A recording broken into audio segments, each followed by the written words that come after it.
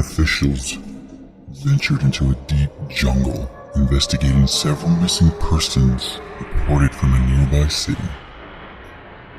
What they found was a tower of silence, a dakama. Zoroastrians use these sites to dispose of bodies in the open air, while sites like these are not uncommon in certain parts of India. Several peculiarities hint at something more unusual. None of the bodies depicted in the photograph were identified. Villagers from nearby, though initially surprised at the sheer number of corpses in the dakma, proved unable to recognize the bodies. The corpses also do not match the description of the missing people. There were no animals around except for maggots and flies.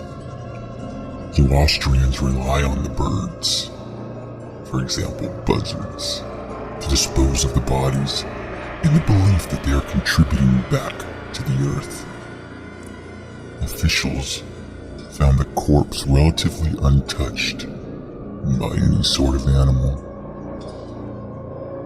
There is no official count of the bodies. In fact, little work was actually accomplished at the site, and perhaps this is the only one photograph that has emerged.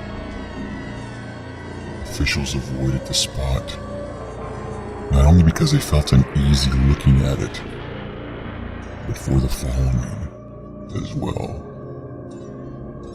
The deep pit in the center of the photograph is filled with several feet of festering blood, far more than the bodies on the outside could ever supply.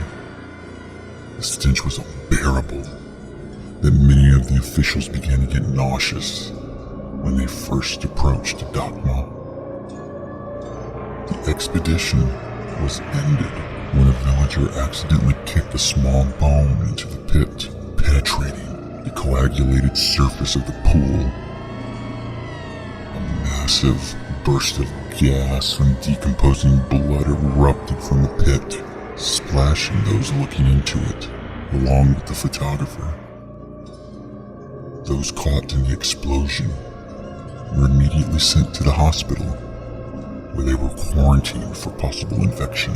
They became delirious with fever, shouting about being tainted with the blood of Aryaman, the personification of evil in Zoroastrianism. Despite never having admitted having any familiarity with the religion, in fact many of them had no idea what dakma was when they found it, delirium turned to insanity as many began to attack hospital staff until they were sedated. The fever eventually killed all of them.